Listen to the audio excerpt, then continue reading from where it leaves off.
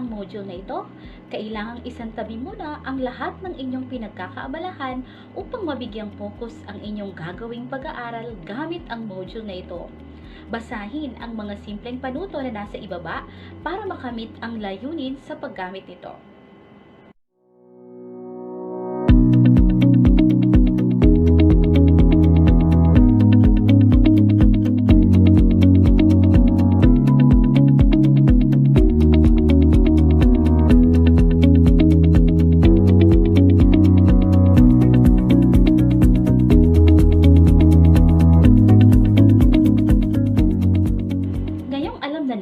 Paano gamitin ang module, alamin naman natin ngayon kung ano-ano nga ba ang mga bahagi nito.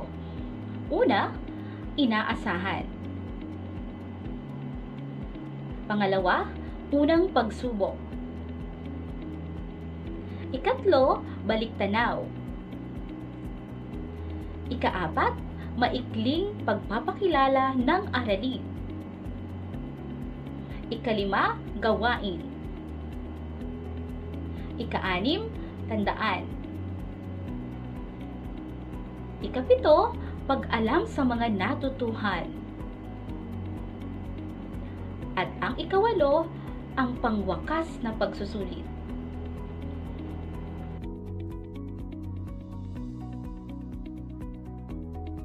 Unang aralin ng ikalawang module, paghahambing ng kultura ng bansang pinagmulan ng akda.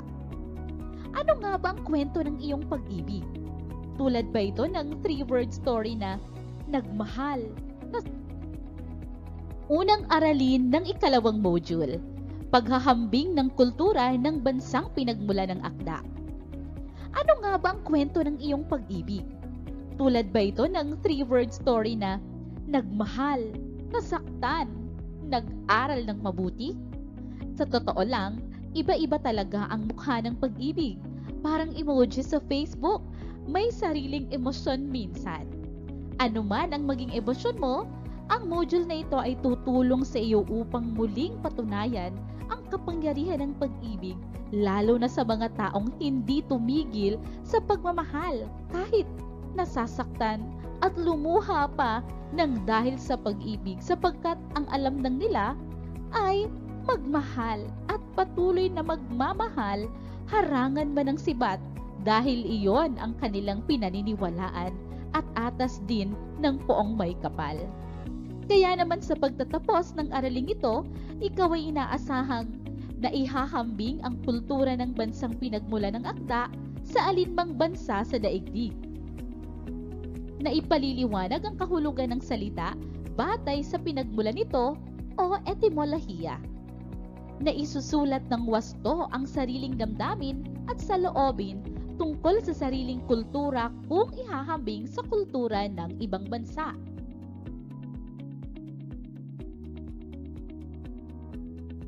Sa daigdig ng literatura, malaki ang ambag ng mga manunulat sa pagpapalaganap at pagpapahalaga sa kultura ng isang bansa.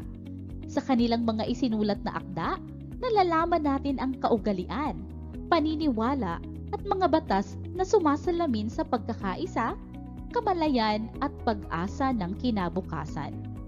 Higit sa lahat, ang kabutihang asal at wastong pag-uugali na naisipabatid ng may akda ay maipapasa sa susunod na henerasyon upang ang mga obra ay magkaroon ng buhay.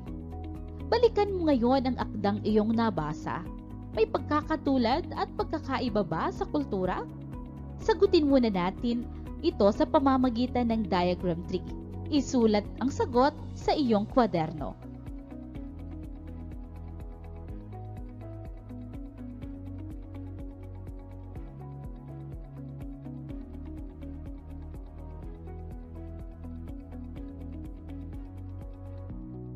Panahon ng Renaissance o muling pagsilang ng sumigla ang panitikan ng Inglaterra.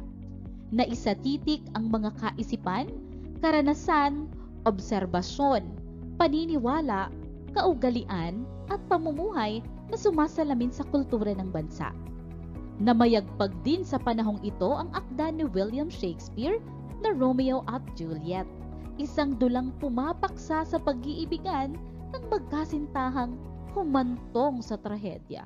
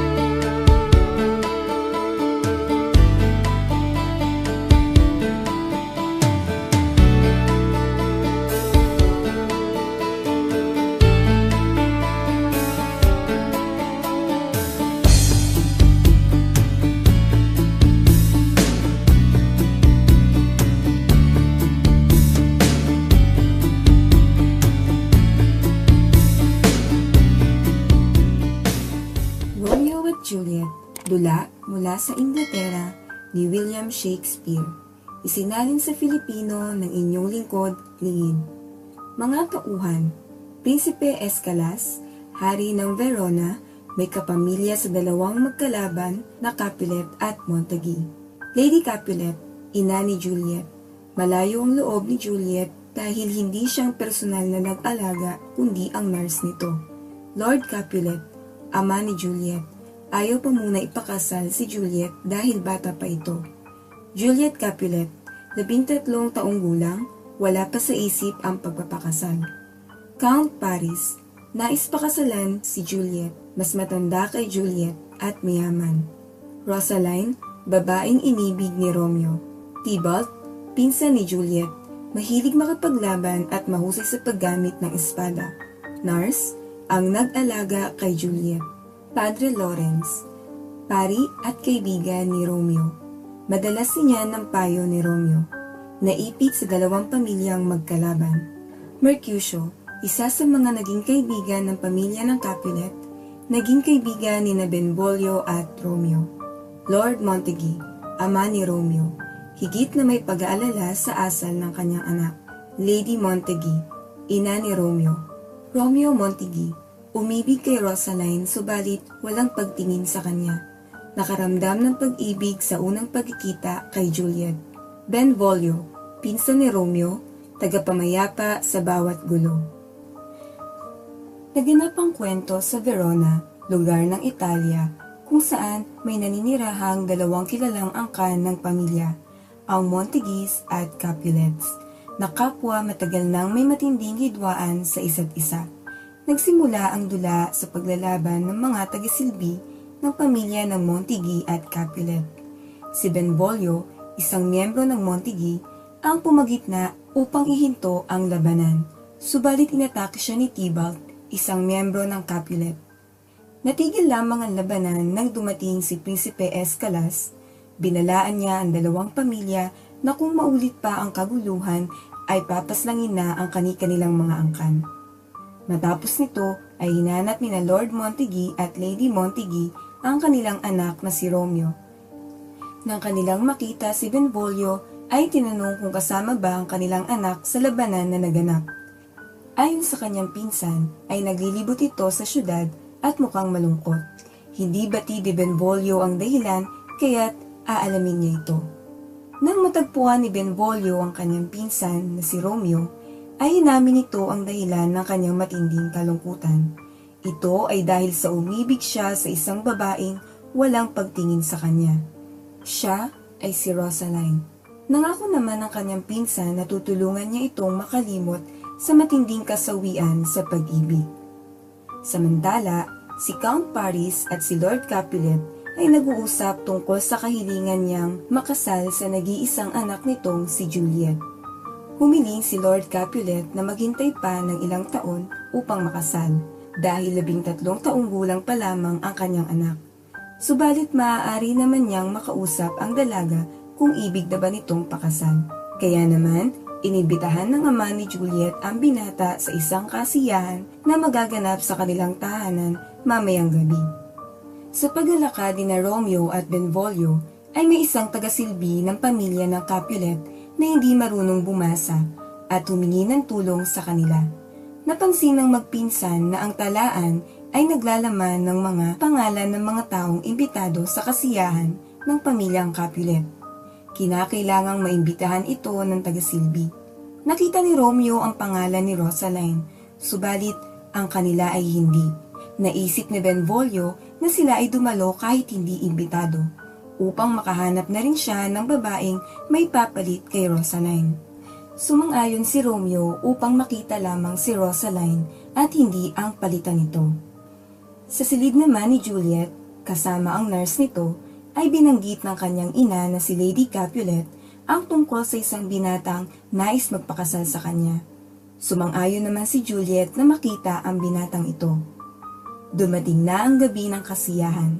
Nagtungo sina Romeo, Benvolio at Mercutio, suot ang kanilang mga maskara upang maitago ang kanilang pagkakakilanlan. Sa kasiyahan ay nawala na sa isip ni Romeo na hanapin pa si Rosaline nang kanyang makita si Juliet sa unang pagkakataon. Umibig na siya sa dalaga. Samantalang ang lahat ay nagkakasiyahan, napansin ni Tybalt, pamangkin ng Lord Capulet, na ang isa sa mga bisitang naroon ay isang Montague. Nakilala niya ang tinig ni Romeo. Inutos ni Lord Capulet na hayaan na lamang ito sapagkat ayaw niyang masira ang kasiyahan. Sa kasiyahan ay hindi na mawaglit sa paningin ni Romeo si Juliet, kung kaya't nang makakita ito ng pagkakataon na sila'y mapag-isa, ay hinawakan nito ang kamay ng dalaga at inilayo sa maraming tao. Silang dalawa ay nag-usap hanggang sa magkapalagayan ng loob. Dahil sa hindi nagawang pigilan ni Romeo ang kanyang nadarama, ay hinagkan niya ang dalaga. Hindi naman tumanggi ito. Subalit, nabahira ng kalungkutan ng kanilang sandali nang malaman nilang sila'y kapwa na sa pamilya ng magkaaway na angkan. Sa kabila nito ay nanaig pa rin ang pag-ibig ng dalawa sa isa't isa. Nagtapos na ang kasiyahan at ang lahat ay lumisan, subalit si Romeo ay nagpaiwan upang muli pang masilayan at makasama si Juliet. Nakita niya ang dalaga sa azotea. Nang magkakitaan ang dalawa, ay tumunghay ang dalaga sa kanya habang nagtatapat ng kanyang nadarama. Hindi siya nabigo sapagkat maging si Juliet ay may pagtingin na rin sa kanya. Bago pa man mahuli ang dalawa sa lihim na kanilang ginagawa, ay nakaalis na si Romeo at nagpaalam sa dalaga. Kinabukasan, tumungo si Romeo sa kanyang kaibigan na si Padre Lawrence upang magtanong kung maaari siyang magsagawa ng kasal nila ni Juliet. May matinding pag-aalala lamang ang pari kung paanong ganoon na lamang kabilis makalimutan ni Romeo ang dati niyang inibig na si Rosaline. Sumang-ayon na rin ang pari sa nais ni Romeo dahil naisip nitong maaaring ito na ang maging daan sa matagal nang hindi pagkakaayos ng dalawang pamilya. Pagkatapos ng kasunduang ito ay umalis na si Romeo na siya namang pagkikita-kita nila ni Mercutio at Benvolio. Ipinabatid sa kanya ng mga ito na hinahamon siya ni Tybalt sa isang labanan. Habang sa pag-uusap ng mga binata ay dumating naman ang nurse ni Juliet. Sinabi niya rito na ipaalam kay Juliet ang kanilang pagkikita sa hapon na iyon sa lugar kung saan si Padre Lawrence ay naroon upang sila ay lihim ng makasal. Nagkita na nga ng hapong iyon sina Romeo at Juliet. Sila ay naging isa na. Saksi ang paring si Lawrence at ang nurse ni Juliet sa kasalang naganap. Matapos ng kasalan ay nakita na lamang ni Romeo si Tybalt na naghahanap sa kanya upang makipaglaban. Subalit ayaw ni Romeo makipaglaban sapagkat pinsan siya ni Juliet. Kaya't sa halip, si Mercutio ang humarap at kinalaban si Tybalt. Sinubukan ni Romeo pigilan ang dalawa subalit aksidente nang nasaksak ng espada ni Tybalt si Mercutio at saka humangos palayo. Nasawi si Mercutio sa nangyari. Nagdulot ito na matinding galit kay Romeo kung kaya't hinabol niya si Tybalt upang maghiganti. Napaslang niya si Tybalt.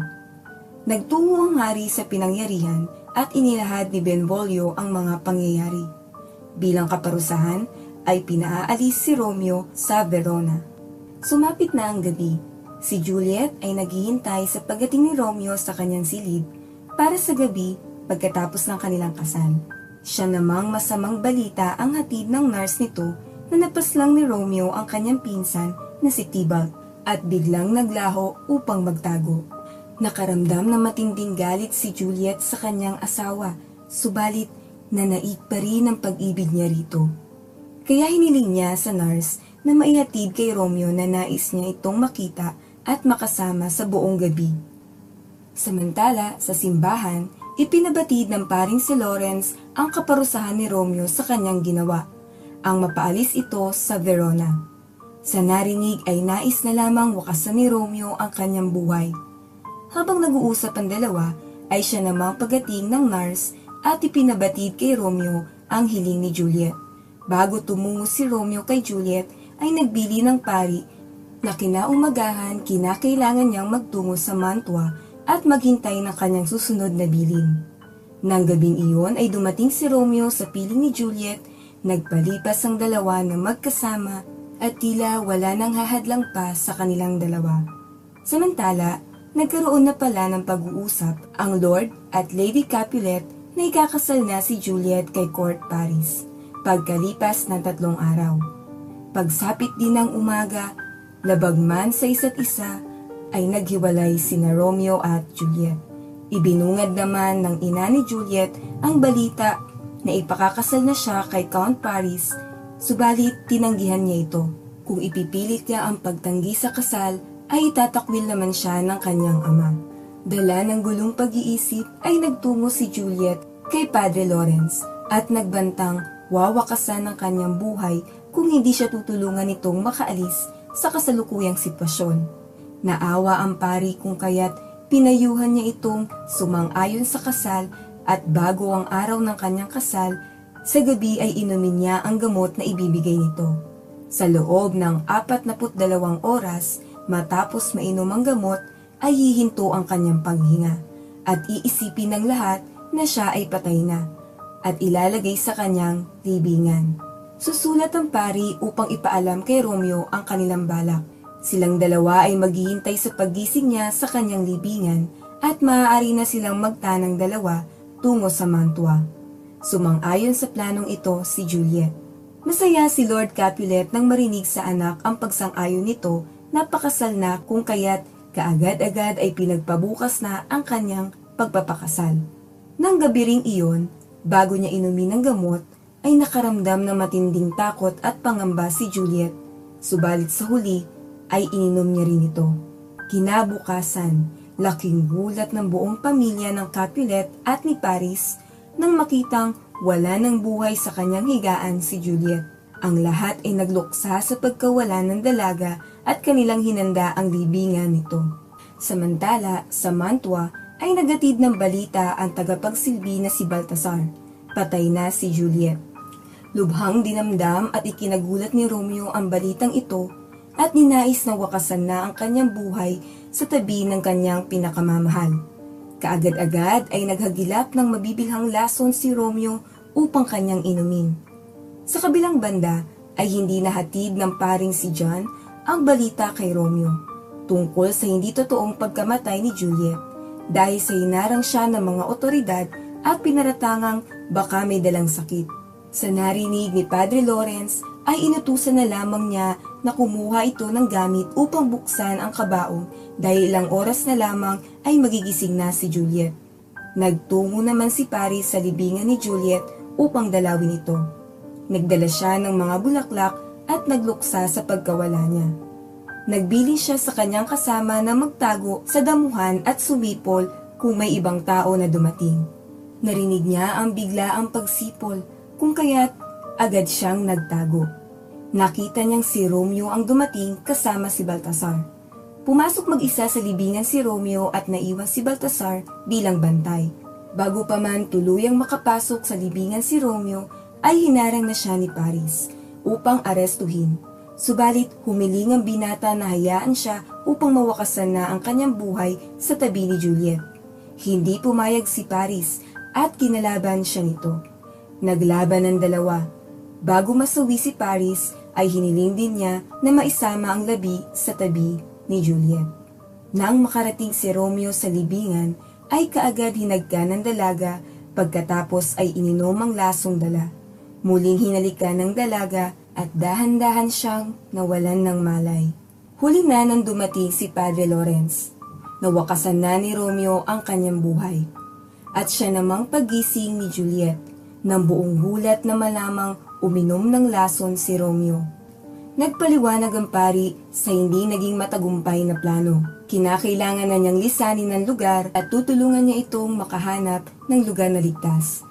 Inaya na siya ni Padre Lawrence sa pagtakas, bago pa sila mahuli. Subalit tumangging sumama si Juliet dahil hindi niya kayang iwan ang labi ni Romeo. Habang umiiyak sa pagkawala ng binata, ay sinubukan niyang halikan ito at naisip na makakuha ng natirang lason na makapagdudulot din ng kanyang kamatayan. Hanggang sa may narinig siyang paparating, kaagad niyang kinuha ang punyal ni Romeo at sinaksak ang kanyang sarili. Siya'y namatay sa tabi ng kanyang pinakamamahal. Dumating ang mga kawal at dinakip sina Baltasar at si Padre Lawrence. Nakita rin ng mga ito ang tatlong labi ni na Juliet, Romeo at Paris. Pinaharap sa pamilya ng Capulet at Montague si Padre Lawrence upang kanyang ipaliwanag ang lahat ng nangyari.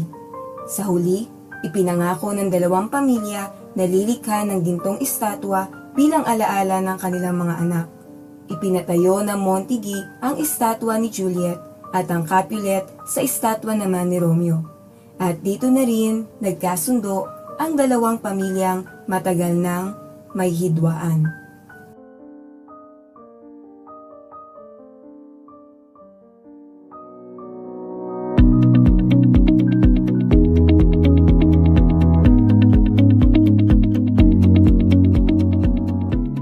Unang gawain, ipaliwanag ang kahulugan ng salita batay sa pinagmulan nito.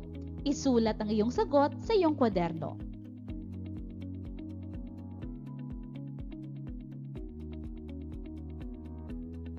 Ikalawang gawain, balikan mo ang dulang iyong binasa. Gawing batayan ang mga aspektong nakatala sa talahan na yan upang malaya mong maibahagi ang damdamin o saloobin kaugnay ng kulturang iyong nakagisnan at ihambing sa kultura ng Inglaterra. Isulat sa kwaderno ang inyong sagot. Ikatlong gawain, kapanayamin ang iyong mga magulang, ate o kuya, tiyo o tiya, hipag o bayaw, at iba pang kasama sa bahay na may karanasan sa pag-aasawa. Alamin ang mga karanasang nangyari sa kanila pagpasok sa buhay may asawa batay sa mga nakatala sa ibaba. Isulat sa kwaderno ang mga mahalagang detalye na iyong nakalap. Panliligaw, pagpapakasal, pagkakaroon ng mga anak, pagharap sa mga pagsubok, at mga plano sa hinaharap.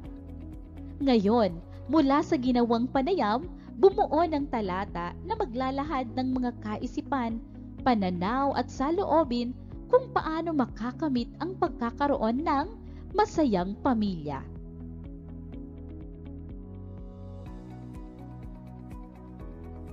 Tandaan, ang dula ayon kay Shakespeare ay ang mundo ng isang malaking teatro na naglalahad ng damdamin at pananaw ng tao sa lipunang ginagalawan.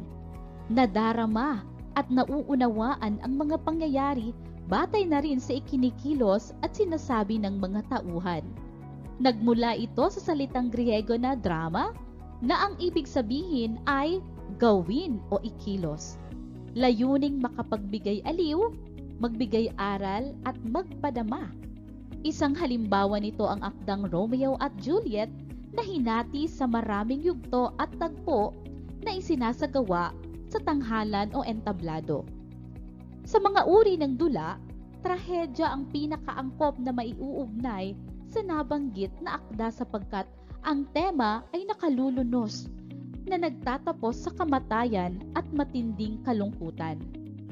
Kapuna-puna ang mga tauhan ay mapusok at hindi maitago ang damdaming nag-aalab. Mahalagang mabatid din ang mga likas na salitang ginamit sa akda upang magbigay kaalaman sa mga mambabasa. Etimolohiya, pinagmulan ng salita. Ito ang tawag sa pag-aaral ng kasaysayan ng mga salita at kung paano nag-iiba ang anyo at ibig sabihin sa paglipas ng panahon. Ang salitang etimolohiya ay mula sa Kastilang salita na etymologia, na mula sa salitang etumon, may ibig sabihin o may kahulugang lohia, pag-aaral ng, mula sa salitang logos, pagsasalita, orasyon o salita. Higit sa lahat ang pagtukoy sa kulturang nangingibabaw sa binasang akda sapagkat ito ang nagsisilbing pinakapagkakakilanlan ng isang lugar ng mga mamamayang pinahahalagahan ang kaugalian, paniniwala at batas. Kultura rin ang humuhubog ng katauhan upang magampanan ang papel sa lipunan sa makataong pamamaraan. Para naman sa pag-alam sa natutuhan, basahin mo ang isa pang kaugnay na akda, ang Ito Pala Ang Inyo ni Federico B. Sebastian, pahina 81 hanggang 87 ng Aklat na Pluma 4, Wika at Panitikan para sa Mataas na Paaralan, ikalawang edisyon o maaaring gamitin ang ibinigay na link sa pagbabasa ng teksto.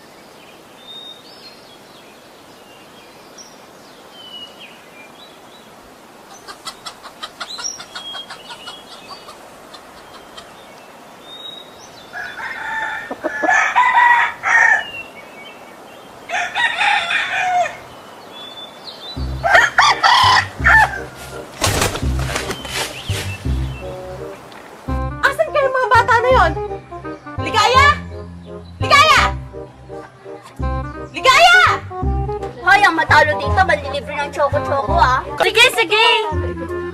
Pak! Pak ka, nerd! Ligaya! Pak! Ay, teka lang, tinatawa ko ninang! Ano ba naman si Inang? Oo nga, naglalaro eh! Bakit mo, Inang? Anong bakit, Inang? Hindi ba alam na uuwi ang tatay niyo? Aba, nagpapakahirap ko dito magwalis. Sige, maglihis kayo ng bahay. Sige po, Inang. Mara, tingnan niyan, mukhang sa Alberto yun, oh. Aba, oo nga, Mare. Mare, mukhang nakabingwit si Alberto ng mayaman ah. Oo nga, nakapustura po, oh. Ay, nako, hayaan niyo sila.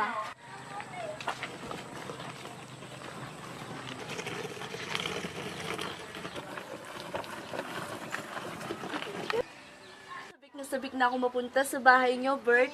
Siya nga ba, mahal ko?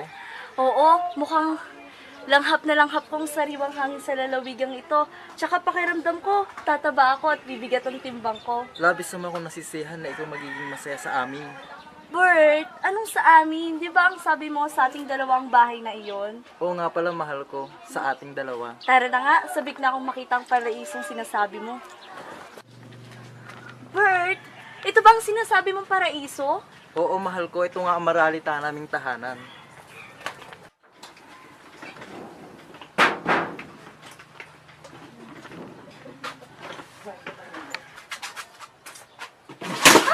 Kapag nariyan ka, bumabagal ang ikot ng mundo. Hindi kita dapat ginugusto, pero natutukso. Ano ba nasabi? Aray! Aray!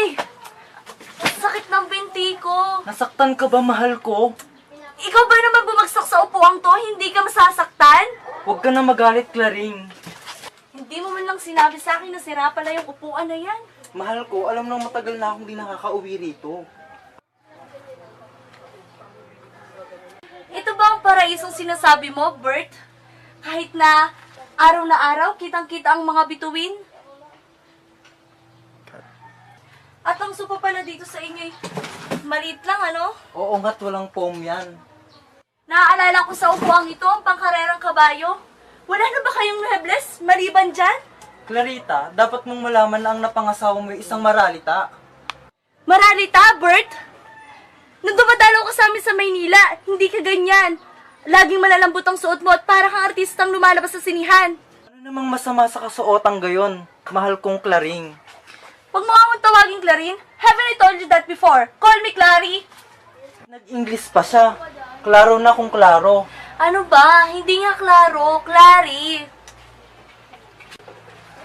Clary na kung Clary ang iyong ibig. Bakit ba tayo nag-uusap ng ganito? 3 araw pa lang tayong kasal. Masama yata ito sa bagong mag-asawa. Ikaw kasi, saan ba ako magbibihis? Saan pa? E di sa silid na ito, dito ka na magbihis. Wala nang makakakita sa'yo. Clary, dito sa probinsya, ang kwarto at sala ay isa. Dito kami natutulog, dito kami nagbibihis. Dito ang receiving room at bedroom. Ano bang sinasabi mong magbibihis, Bert? Dito? Sa salid na ito? Diyos ko, hindi ako magbibihis dito. Maghihintay ako ng dilim. Bahala ka, sapagkat ang gabi dito ay tunay na gabi. Ano bang tunay na gabi ang sinasabi mo, Bert? Sapagkat walang ilaw na elektrisidad dito, hindi katulad sa Maynila. Ay, Diyos ko. Hindi talaga ako makakapagpalit ng maayos ng damit dito. Ikaw ang bahala, saan mo ba gusto magbihis? Sa Maynila na. Uuwi ka pa ng Maynila para doon tayo magbihis? Mahal ko, kailangan mong makibagay dito sa lalawigan, makisayaw sa tulad kong Maralita. Nanagalog pa siya. Makisayaw pala ah. Naku, Bert. Tsaka, saan naman tayo matutulog dito? Saan pa? E di dito, sa sahig na ito. Dito rin? Eh, nasan ang katre? Clary, ako'y lumaki at hindi ako natutulog sa katre.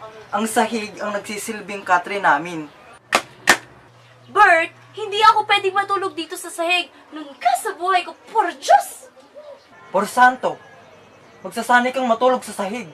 Ang disgrasya mo'y nag-asawa ka ng isang pobre sa isang... Tama na! Wala na akong magagawa. Ikaw na yung asawa ko eh. Ganito pala yung buhay na may asawa. Napansin kong malikabok na ang aking katawan. Saan ba yung banyo dito? Samahan mo ako at makapagpalit na ako. Gusto ko na ring maligo. Huwag ka nang maligo. Sa lamig naman ng panahon na ito'y maliligo ka pa. Pati ba naman pagligo ko, Bert, papakaialaman mo pa? Hindi kita pinapakailaman. Ang sa akin lamang ay, sana'y masanay ka muna rito. Ano ba namang pagsasanay ang sinasabi mo, Bert? Ba't pati ba naman pagligo sasanayin ko pa? Ang ibig mo ba sabihin hindi ako naliligo? Hindi naman sa hindi ka naliligo. Ang banyo namin dito ay hindi tulad ng banyo sa Maynila. Ang banyo namin dito ay tinatawag na batalan. Bueno, tignan nga natin yung sinasabi mong batalan. Sige, tayo na. Ikaw na sana magpresensya dito sa amin. Alam mo'y... Sige na, Mr. Alibay.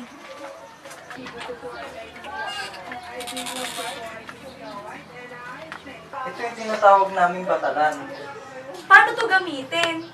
Ilagay mo lang kayo mo dyan, pababa taas.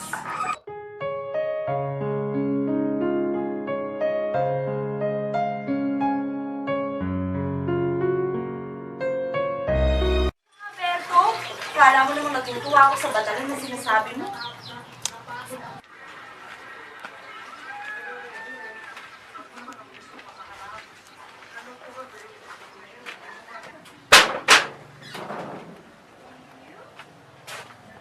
Hindi ako maaaring maligo dun, Bert. Ni wala pang katabing-tabing ang inyong... Anong tawag nyo doon? Batalan.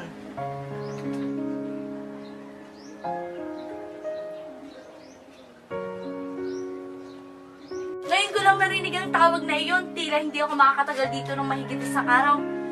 Naku, Bert. Wala tayong gripo. Saan tayo kukuha ng tubig? Pasensya ka na, mahal ko. Ang tubig, nagpapasalok lamang kami ng tubig dito. Kung gusto mo'y magpapasalok ako. Wag na, Bert. Sa Maynila na lang ako maliligo. Sa Manila ka maliligo at sa Manila ka rin magbibihis. Oo, oo. At saka, saan nga pala dito yung ano nyo? Yung Juan? Ang ano? Ang Casillas. Tilang wala akong nakikita dyan sa labas, ah. Ako'y talagang nahihiya na sa'yo. Alam kong walang kaginhawa na matatamasa mo sa pagsama mo sa akin dito. Hindi katulad ng naranasan mo sa Maynila. Ang tinatanong ko sa'yo ay kung nasaan. Wala. Wala kami. Ano? Wala kayo? Bert, sukdulan naman na ipagsubok mo sa akin. Paano kayo mabubuhay nang walang kasilyas? Oo, wala kaming kasilyas. Pero nabubuhay ang mga tao dito kahit wala kaming kasilyas. Halika't may tuturo ako sa'yo. Halika Balik na nga lang tayo dun. Nakikita mo ba ang mga punong kawayan na yan? Yan ang nagsisibing kasilyas o palikuran ng mga tao dito dahil karamihan sa amin ay walang toilet. Ano? Diyan kayo dumudumi? Oo, doon nga. Hay nako, tara na nga sa loob. Dito mo ba ako ititira? Sumama ako sa'yo sapagkat sinabi mo sa akin na may tahanan tayong palasyo. Yung tayong dalawa na yung magsasama na parang si Adan at si Eva. Mahal ko, Nanay, tatay ko ako sa sakit. Nanay, tatay ko ako. Magsitigil na kayo! Oh! Berto! Ay, mga bata! Mga bata! Halika kayo! Halika kayo! Ang tatay niyo! Tia Isyang? Tay, namiss ka namin. Tia Isyang, siya ang aking asawa, si Clary. Ganun ba, Berto? Ang ganda nang napangasawa mo ah. At ang aking mga Iyong mga anak, Bert, hindi ka na naman nagsabi sa akin ng katotohanan. Ngayon di, uuwi ako. Buti sa Maynila, may kasilya, may katre, at walang batang gugulo sa akin. Hindi ka maaaring umalis na wala akong... Tay, wag mo kami iwan. Tay, wag mo kami iwan. Tay, tay, wag mo kami iwan. Magsitigil kayo! Iyak kayo ng iyak! Wala na kayong nagagawa mo si tatay niyo!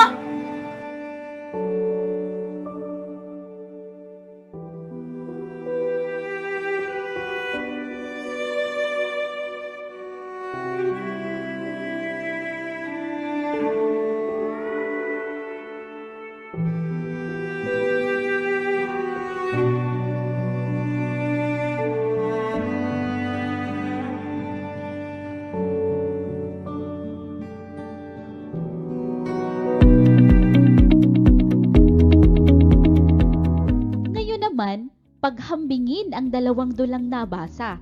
Ang ito pala ang inyo at sintahang Romeo at Juliet batay sa chart na nakatala sa ibaba.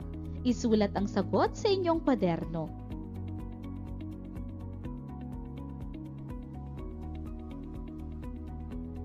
Magbigay ng mga kasabihang maiuugnay sa dulang binasa na ito pala ang inyo.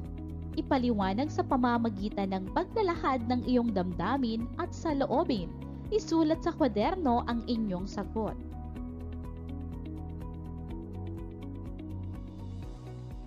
Masaya ako para sa iyo sapagkat narating mo na ang huling bahagi ng module na ito.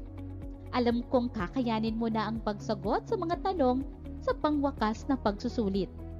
Para sa papel sa reflektibong pagkatuto, batay sa ating aralin, bumuo ka ng sarili mong refleksyon ayon sa hinihingi sa ibaba. Isulat sa kwaderno ang iyong sagot. Matapos kong mabasa ang akda, nalaman ko na kada ba ako nang nagbago ang pananaw ko